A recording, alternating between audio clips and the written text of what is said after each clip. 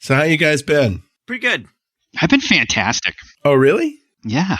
There's a lot of new exploits that came out. My voice is a little rough.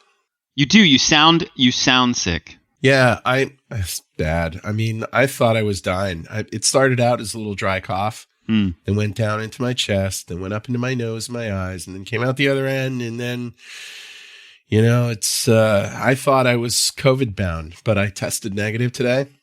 No good. Could be a false negative. I don't know, but I'm not taking any chances.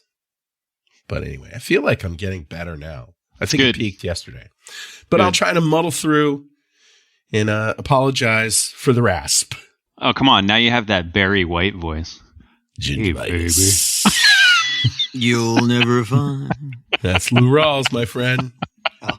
Know your black singers. Wow, Patrick. Wow. Culture.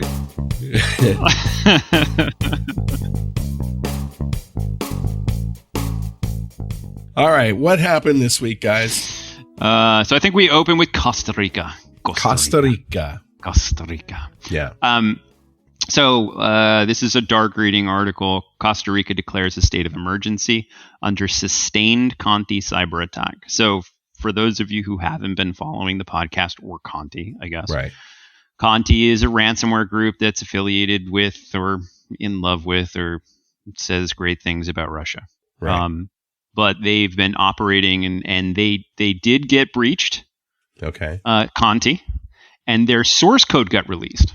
Right. So what's interesting about this article is, yes, they were hit by Conti, and it actually shut a lot of the divisions of the government down. Yeah, this article says they declared a state of emergency. Mm-hmm. So the ransomware they were asking for was $10 million. Wait a minute. $10 million can shut down a country? Apparently. Small country. Well, so there's also some countries don't allow them to just pay ransoms. Don't deal with terrorists. Yeah. Hey, that's my realm. Patrick, your dream came true. The country doesn't allow them to pay ransoms. That's your thing. The country isn't allowed itself to pay ransoms. I don't think they made it illegal. Oh. The other thing to know about Costa Rica is they're the country, if I'm correct, that's trying to make Bitcoin one of their currencies or their official currency. Well, it's on the downslide. What could go wrong? Well, what's sad is not only is it affecting the government because it's the finance department or division or ministry or whatever they call it is also running into issues. A lot of local vendors and that sort of stuff are now having issues conducting normal business, which sucks. So what's interesting about this is Conti wanted $10 million on ransomware stuff, right? Right. And Costa Rica said no. And then the U.S. said, oh, by the way, we'll give $15 million to anybody who can give us information about that group. Whoa. All right. So Conti was originally asking for $10 million. Costa Rica said no. And the U.S. says, I'll see your $10 million and raise you $5. And make it an assassination attempt. Wow. That's awesome. It's awesome. Well, we decapitated Al-Qaeda quite a bit by putting those bounties out. Yeah. Well, it'll be interesting to see if we get cyber bounties, actually, Patrick. But on top of that, like Conti's source code was released, so I wonder how many of these are going to end up being copycats. Interesting. People with the source code for Conti and then just riding their coattails. Oh, yeah, we're Conti, but it's actually a different variant. I don't know. We'll have to wait and see. So, yeah, we talked about Conti's source code being hacked a few weeks ago, several weeks ago now. So we knew that was happening. Well, we'll have to keep our eye on that one. What's this thing about CISA? The CISA warning about Windows. This is probably the only time I'm going to say this ever. But for all of you who have listened to the Security This Week podcast, every week we have said, patch, go patch, go patch, patch and patch, go patch. This week I'm going to tell you not to patch. Oh, no. No, don't patching. Don't patch. It's like a game of red light. 1, 2, 3, red light. 1, 2, 3, patch. 1, 2, 3, don't patch. So, unfortunately, the latest patch that comes from Microsoft fixes, which sounds fantastic, a flaw in, I won't go too deep into this, but a flaw in the way that tokens are passed around in authentication in Windows. I'll leave it at that. So Microsoft created the problem accidentally? Well, So Microsoft created the problem when they invented NTLM, but unintended feature. Right. Next Technology LAN Manager, which is a network protocol, right? Yeah, and that's how when you communicate with a Windows share. So when you open up a share on a computer, a remote computer, you're communicating using the NTLM protocol. So it's SMB, but a lot of the authentication is NTLM. SMB is the sort of the standard, right? Yes. Yeah, exactly. Yeah. So what's interesting about this is lots of people, let's say, and actually I guess we'll go down this path a little bit. But let's say you were to reach out to me as a computer. I'm going to need your username and password to understand whether you should have access to see the things that I'm sharing. Right. Well, when you don't hand me your username and password. That would be insecure. You hand me a hash, which is just a long cryptographic set of numbers. Sure. It's a one-way encrypted string, basically. Correct. You can't. And they say, listen, you can't crack. Yeah, you can't decrypt it. Now, there are ways to, with rainbow tables, and figure out what they are, but let's assume you can't decrypt it. But what Dwayne you can do, decrypt it, but you can't. But you can't. But what you can do is, in some cases, take that hash and then play it against another computer. So let's say I'm a bad computer and Carl's a client and Patrick's a good computer. Carl reaches out to me and I force him to reach out to me in a couple different ways. I grab his hash and then I play his hash against Patrick, the computer. Now, Patrick thinks that Carl is trying to authenticate. But somewhere in that, we talked about this before, and I think it even might have been on the first or second episode. Somewhere in that chain, it breaks down because if you're a website or, a remote computer, somebody's not going to give you a hash. They're going to give you, or are they going to give you a hash? They can. Oddly enough, I can force them to give us a hash on a remote web. It depends on whether they've protected against replay and how it's an arms race. All right, so it depends on how smart they are to begin with. And on top of that, think about on a corporate network or even just your home network. Like if I were to break into your Wi-Fi at your house, I'm on your network. So I can force you to try and connect to me, grab your credentials from your computer, and then replay it against maybe your Synology that has all of your financials on it or whatever. Synology being a big hard drive, right? Yeah. Right. A network attached hard drive. NAS. NAS. Like boss NAS. Storage. So what's interesting about this is that type of replay attack where you can what's called pass the hash. I can take these hashes and pass them around. Microsoft has been trying to chase their tail around stopping this from happening. And there's a lot of really good research out there. For those of you who want to take a look at Petit Potem, that's a tool. French dish with potatoes, isn't it? It might be. No? It might be. Served Actually, in an eggshell? Is everything a French dish with potatoes?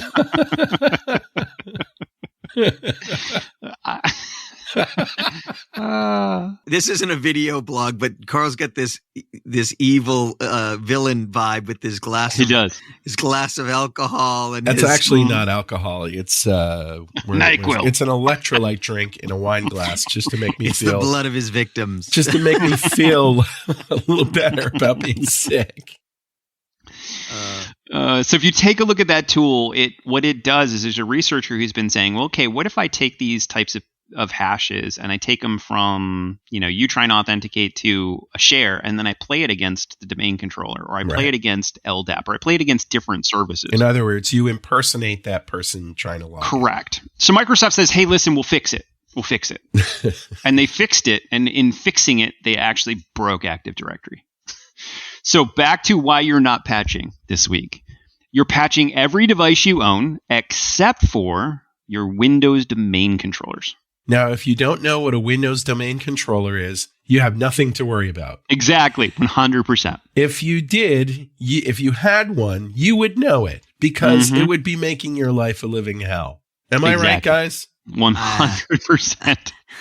So the domain controller is basically the one source of truth, and the domain controllers in your network would allow you to log in to multiple resources with the same username and password. And see, here's the problem. For years, IT people have been screwing with developers just trying to be productive. And they put up these domain controllers and firewalls and password Require things, passwords. all these stupid things, so we can't do our job. Mhm. Man, I hate those guys. I could have changed 8 of those words and made that a network rant against developers. You probably could have. So the domain controllers are part of, any network where you start getting a number of people. And let's talk about the history just for a second, so people Sure. understand this wasn't arbitrary, though some developers like to think so. Oh, here we go. If you had a network of 4 people, and one of them had a printer, and one of them had a shared storage device, and one of them had, a monitor or something. Every one of them had resources that you wanted to share. Then what you'd have to do is you'd have to go and set an account up for each person on each of those computers with the same password, Right. or a known password. So when I wanted to connect to Dwayne's system and use his printer, I'd have to know the password from my account on his system. When I wanted to use the storage on Carl's system, I'd have to use a username and password on his system. And to make it easier, I'd use the same password. Or to make it even easier, we'd all use the same password. And so there's just no security, and it doesn't scale well. You get to 10 users, and now everyone's got 10 different accounts. And I can't print because I don't have an account on that computer, and I need the color printer. So it became unmanageable very early. And so the domain controller's role is to centralize all that authentication. And it does it very well, but it also is a complicated, and it's also something that gets attacked very often because it's the keys to the kingdom. Yeah, like you said, it's the one source of truth. Right. If it goes down, we all go down. Right. So Microsoft has for many years, as far as I know, said not a bug when people complained about pass the hash. Which is it can be taken a completely different way. Yeah. Yeah. Depending on the circles you're in. Depending on what state you live in. It would get you detained in most airports. Let us remember that Microsoft is in Washington State, where passing the hash is completely legal. There you go. Well, so for many years, people have complained about aspects of the ability to pass the hash, but Microsoft insisted works as designed. Yeah. Other mitigations are possible. Not a problem. It sounds like there's been an incident, or there's been a movement where they've tried to fix it, or at least some aspect of it. And maybe this is the reason they didn't want to fix in the past, is it broke some stuff. So there's always more to the story. You know what? I think I just discovered a new side effect of COVID. What's that? You can smell stupidity. That is interesting. I can smell stupidity. Oh yes, it's definitely a stupidity. So the best thing to do is to not let anybody on your private network. Right. Yeah. Okay. Unless you have to. Now, what do you do if you have to? They get on a guest network. Okay. If it's at your house, like literally, if somebody comes to your house, give them the guest network. You should have a guest If you have a wire. domain controller at your house, you need therapy. Hey. Yeah. I was going to say, Patrick and I both have domain controller. I got my therapy. 66% of this call has domain controllers I got him at their on house. speed dial. I'll send it over for you. Dwayne, install a domain controller on Carl's house. I'm doing it. So 100% of the people on this call have domain controller. Did I say something? I'm sorry. I didn't mean it. It was just a joke. It was a joke, guys. It was a joke. And on that note... This show has taken a new turn. It has. Wow. We're turning on each other. It's another side effect of COVID. So the moral of the story is never patch again. Is that what you're saying, Dwayne? Oh my God. No, just not today. I almost would wish people would patch and break the domain controller, because at least it'd be secure. Nobody can get access to it. It would be safer to down your network by patching than it would be to not patch. Patching is... Yeah. And people will use this. That's the problem. This happens once every year or two, and people will use this as an excuse for not patching. And it's like the one person out of a million that doesn't die because they weren't wearing a seatbelt. Right. And then justifies not wearing a seatbelt. It doesn't hold up to scrutiny. No. All right, let's check out the scorecard for today. We've talked about Conti. We talked about Microsoft. Yes. CISA. CISA. Who haven't Yes. we talked? I know. WordPress. WordPress. We haven't talked about Actually, WordPress in a a while. couple of weeks. It's been weeks. It has been a little while. There's been quiet exploits going on in the background. So Been a minute. Yeah. so last week, 2 WordPress plugins, our CVSS score 9.9, if I remember correctly. Mm-hmm. So for those of you who haven't been following, the CVSS score is kind of, think of it as like the Richter scale of exploits. Wow. 10 is the highest. 9.99 is almost right out there. I think so. So both of these allow for website and or computer takeover, remote code execution, and or privilege escalation. Okay. So if you are running these plugins, so I haven't even mentioned the plugins. So one is the Tatsu WordPress plugin. No, that's a Japanese pork dish that you eat with rice noodles. What is wrong with you people? Carl's hungry. Everything's coming back to food. He's like, wait a second, is that a French Maybe. dish? Maybe. It's true. Now that you mention it, I'm a bit back. All right. So there's that plugin, which interestingly enough was patched in April, but there's still 50,000 websites out there that are running the unpatched version. So here I'll come back to go patch. That we know of. Go that patch. we And when know you say of. 50,000, that's a round down. There's at least Yes. 50,000. At least Wow. 50,000. The second plugin is the Jupyter WordPress theme plugin, and this is a theme builder for WordPress that's on about 90,000 blog sites, Is that the online Hack magazines, Me Now platforms, that theme? sort of stuff. Yeah, pretty much. This one's awesome. There's a lot of variants of that one. Awesome. Yeah, that one's new. So that one has the critical vulnerability of 9.9 as Wow. marked as critical remote code execution, allows people to take over the website. Jeez. Interestingly enough, if you take a look at the last plugin, the Tatsu WordPress plugin, if you scroll down in the articles we'll put on there, they say, hey, listen, yes, it's being exploited in the wild, but we've seen more than 1 million attacks on this plugin alone Wow. come from 3 IP addresses. Whoa. So while we were talking, I'm looking through this article and I saw those IP addresses and I think to myself, I wonder where they are. So I started tracking back the IP addresses on my favorite IP tracker website. Was not me. And I put in one and okay, we'll play the game. Where do we think they came from? New London. China. New London. No, London. Russia. How about Russia? Not Russia. No? Not China. China? Iran. Not China? No. North Korea. No. Which is weird. You guys have named like the top 4, but no on all of them. Germany. Germany? Yeah.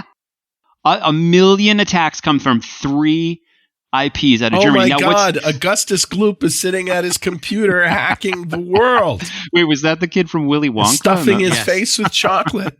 Augustus. Augustus. So what's interesting, so I'm on this site, right? And while you guys are going through and we were just talking, I'm on this site and I'm like, let me track these IPs. And I typed one of the IPs in wrong. Uh-oh. And what came up was what I just posted in our chat. It says, warning, can't modify header information security already sent by blah, blah, blah. Here's the path to the home directory of the web page, /home/prodoc /public HTML /publictracker.org /file /area.php. Here's the error ever. in line 713 of the code. Here's the lookup. I was like, Jeez, 'em. wow. That's now I want probably to a deep website. now I want to dig into that. No. Well, I mean, that's bait, isn't it? No, That it's probably sounds a like, big- that They sounds like gave a it to me, honeypot. Patrick. I should be able to look at it. Sounds like a honeypot to me. No, what I think is going on is there's the surface web, which is the web that we all like navigate and that's indexed. And the deep web is the behind the scenes portals and private sites and paywall stuff. And I think you stumbled onto an IP address that has one of those on it with a horrible information leak in its error message. Or it could be a honeypot. No, this is on the IP tracker site. Oh, yeah, but you put in the wrong IP address.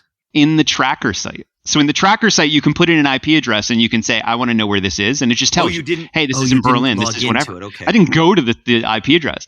The tracker site gave me that error because I typed in the IP address with a bracket in it. Oh, I hit the I'm wrong sorry. button. Is Jordy LaForge here? Okay, so the tracker I'm completely lost. the tracker's not behaving itself. Completely lost.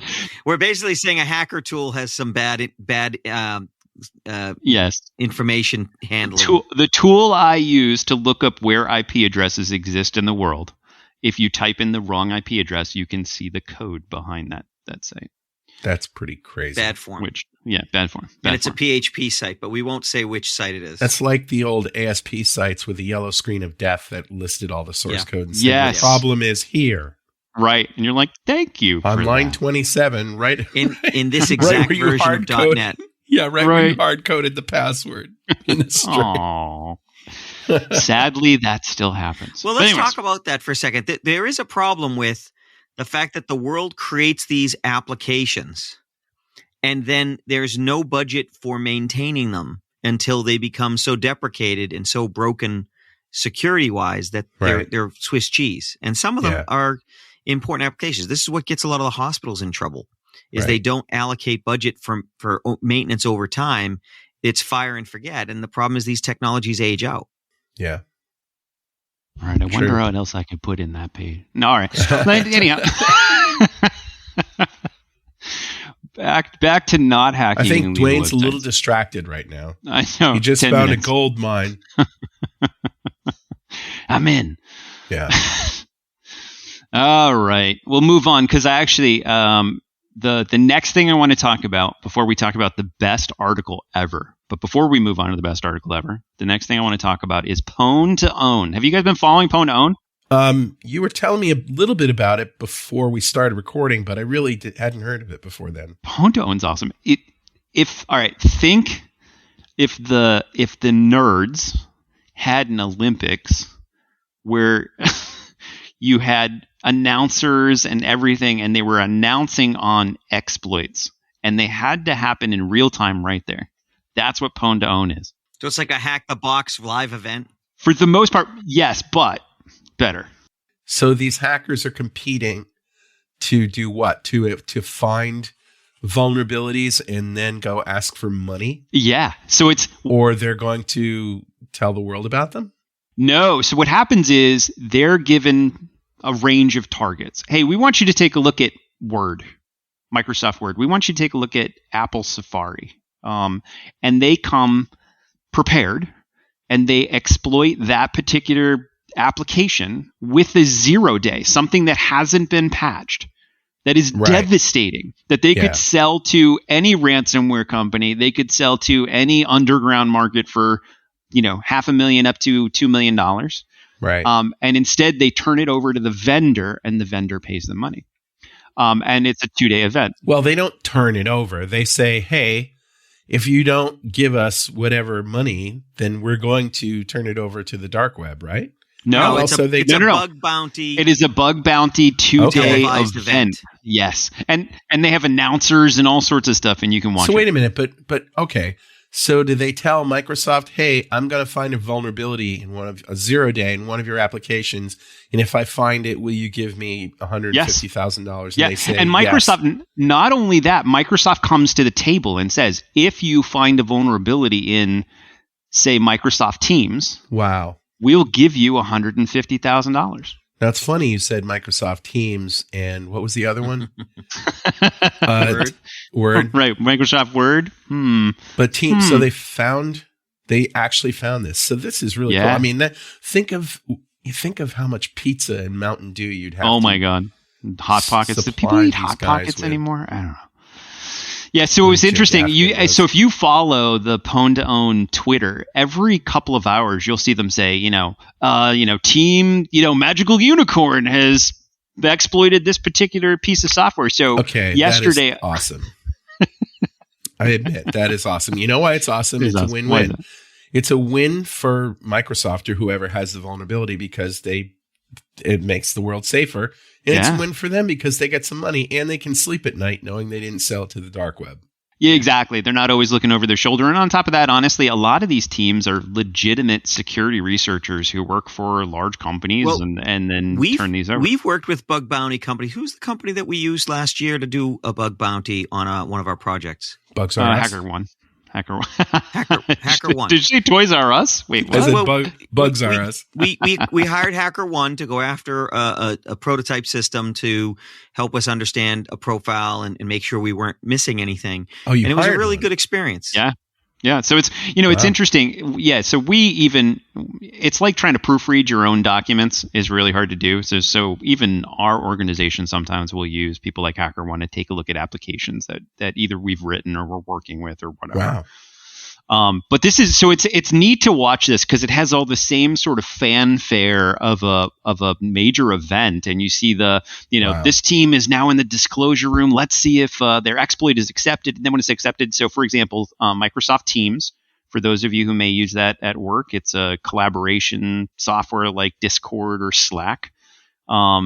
Some team yesterday found a 0-day remote code execution on Microsoft Teams, where they could run a piece of code and take over the accounts of Teams.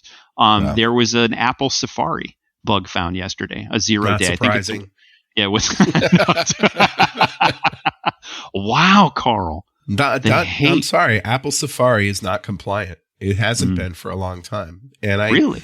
Yeah, Richard Campbell and I talk about this a lot on the show, and we think that one of the reasons that they're not up to date with their specs is that they don't want people, using the browser. They want to use the browser, but they don't want people installing like progressive web apps that do everything that applications do, because they want them to use the App Store.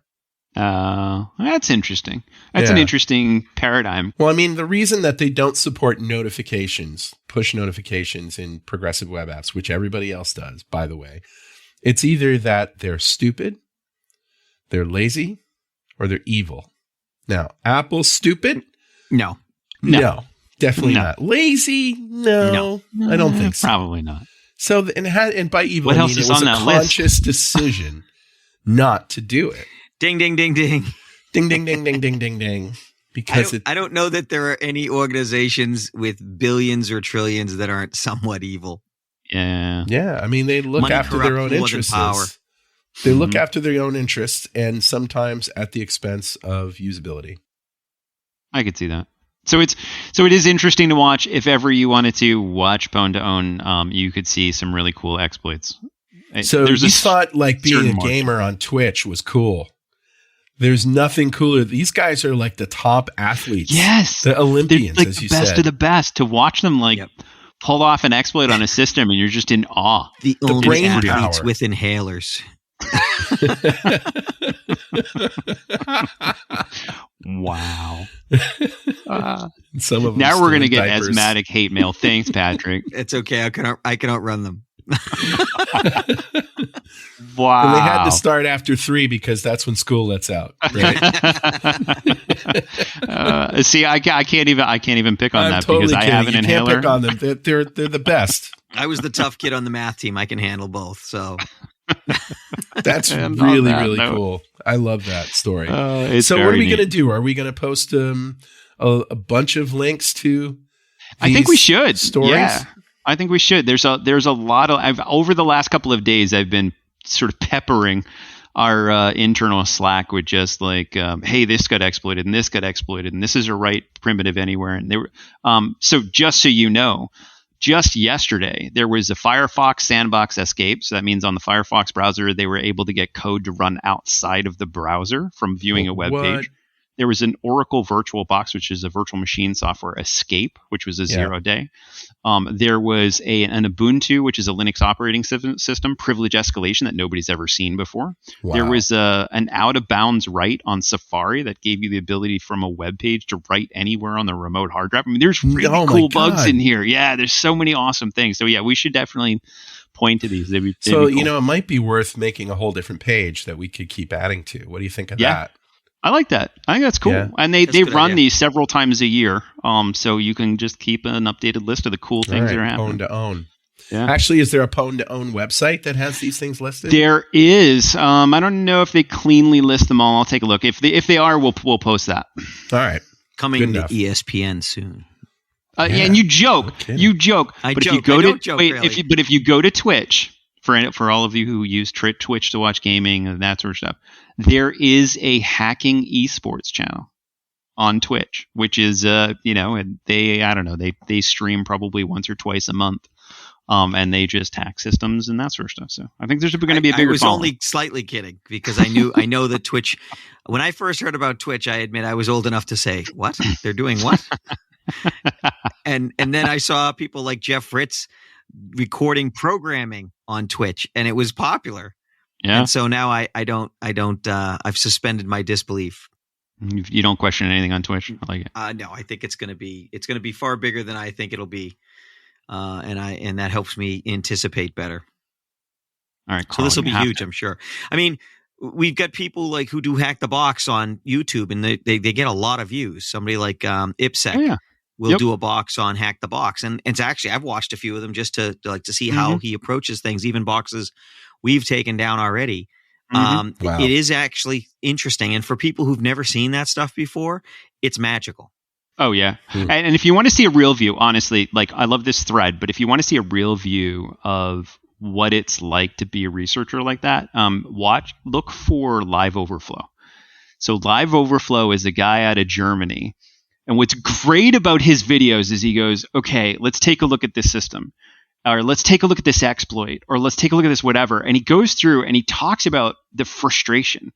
Like, I followed this code here. I don't even know what this does. But you know what? Let's set that aside for now. And I spent 12 hours in this path here, and it was just completely dead end. He shows the rabbit holes. Yeah, which is awesome to see, like his frustration and how far he gets, and the learning process, which is just really cool. He's fantastic. So, all right. Next on the list, Europe agrees to adopt new NIS2 directive aimed at hardening cybersecurity.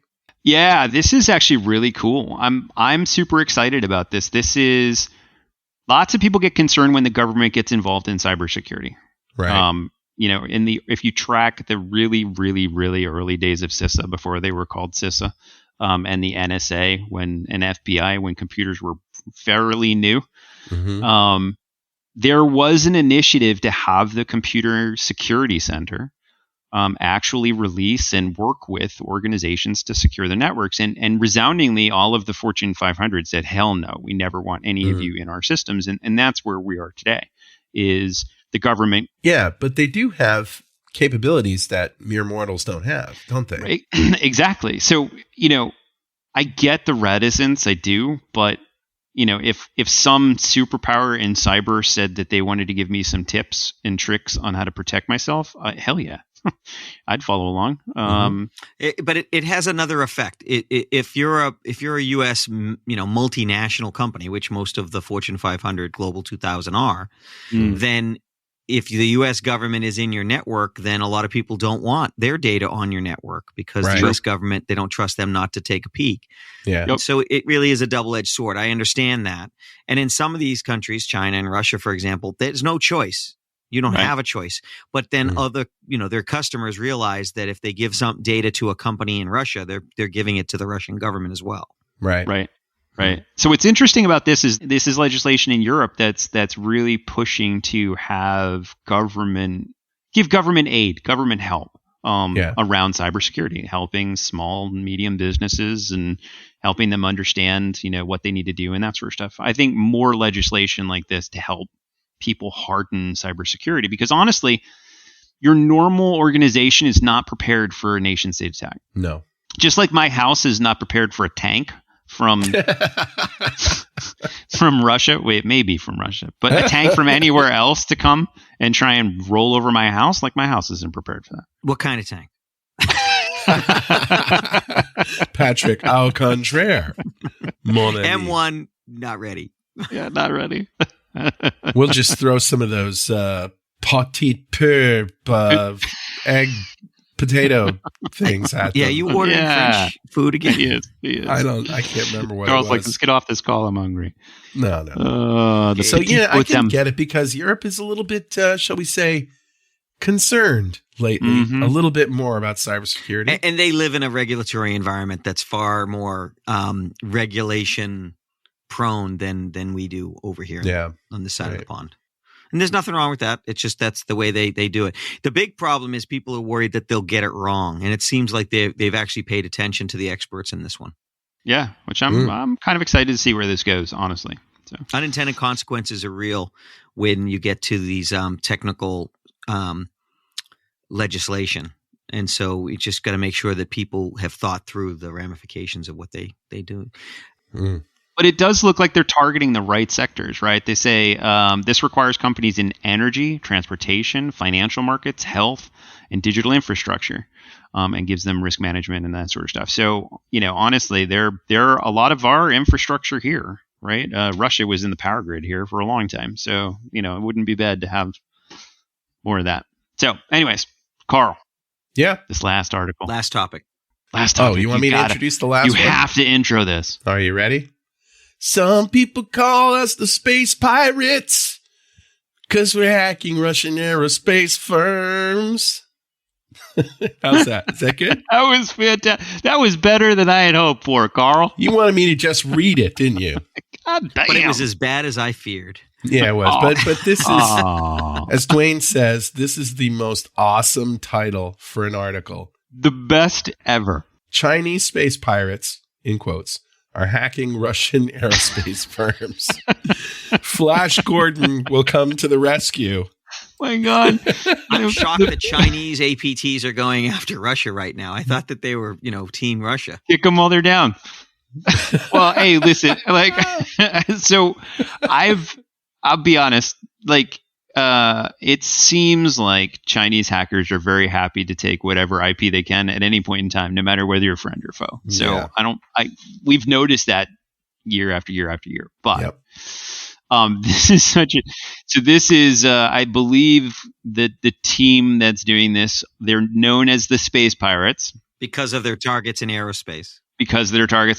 Although a lot of their tactics come from other groups like APT-27 and Mustang Panda. So they're definitely an associated group. I love that song. Mustang Panda. So what's interesting, there's a couple different things I find very interesting about these attacks. First off, they start off with phishing, like every other attack starts off with phishing for the most part. And then if I remember what I read, I love these articles. If I remember what I read in here, they not only deploy if you were to attack a system, and we do this all the time, we attack systems, you want the lowest profile possible. You don't want anybody to find out that you're there. You want to stay there as long as possible. Yeah. So you might deploy 1 or 2 pieces of ransomware. That's or malware, like remote access tools, RATs. So you can get access to the systems, but you're so low key, nobody sees you. Under the radar. Under the radar. This is not what the Space Pirates do.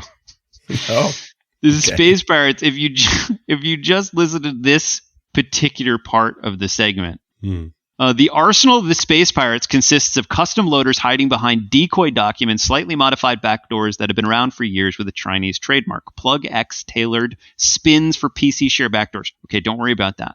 Moreover, the Space Pirates have also employed ShadowPad, Zupdax, Poison Ivy, RevVB Shell.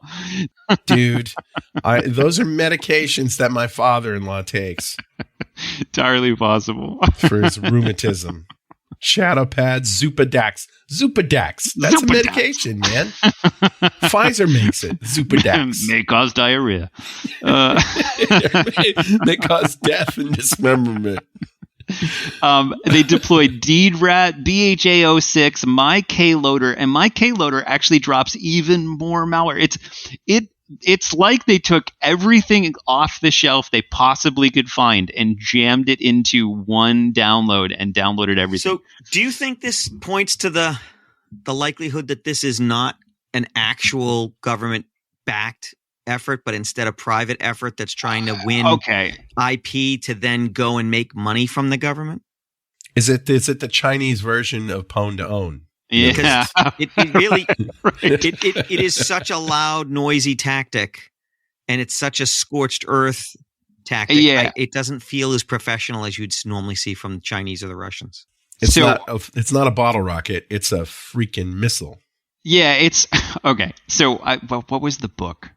I think it was. So this is how they tell me the world ends. But if not, there's like 5 cyber books I've listened to so far.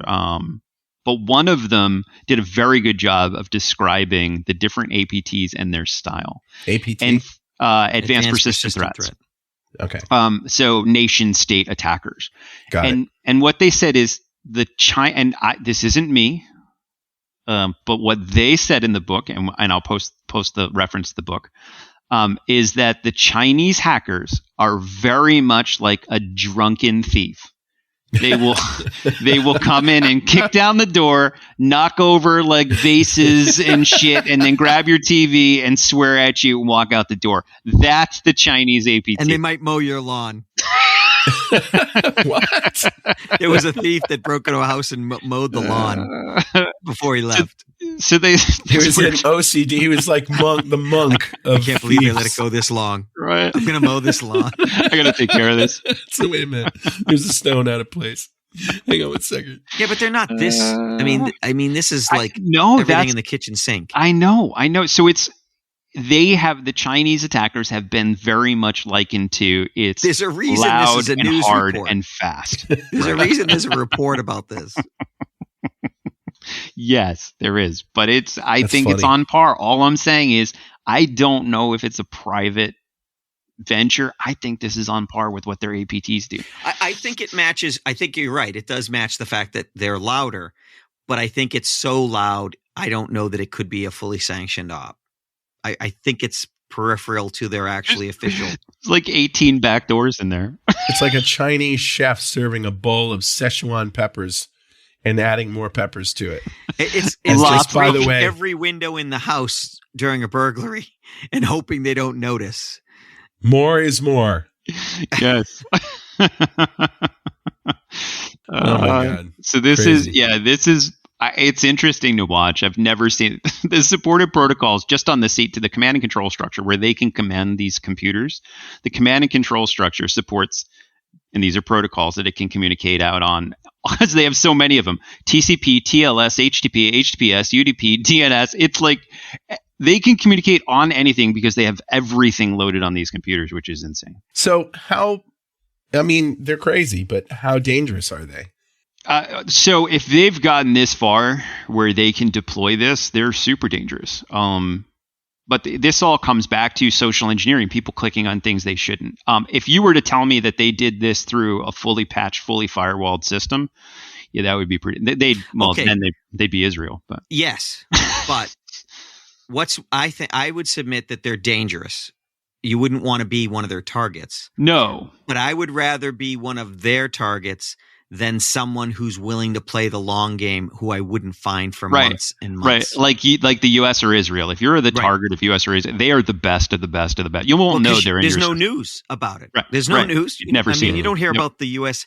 Hacking very often unless Nope. unless the Nakasone, General Nakasone is the one who announces that we did it. Mm-hmm. And the Yep. same is true with Israel. And I'm not naive enough to think that we're not doing it and Israel's not doing it. I just think we're better at not getting caught. And I think that's because you don't go in and you not break every window at the same Right. time. So that's the thing. Isn't that to their detriment that they do that? I mean, aren't absolutely. they just destined Yeah. to get caught? Absolutely, 100%. Yeah, it's like the smash and grab. But what's the penalty for getting caught? There's no extradition. No, but on top of that, I think if you're going to go steal some stuff from Patrick's house, like one person's probably, or Good two luck. people might die to the dogs, right? Okay, I get it. Or tie them up, whatever. And one or two people may die to Patrick's hand. But if you went with like 18 guys, it wouldn't be quiet, but you'd get some out of Patrick's house, right? Right. So Just I think the bodies that's of your comrades.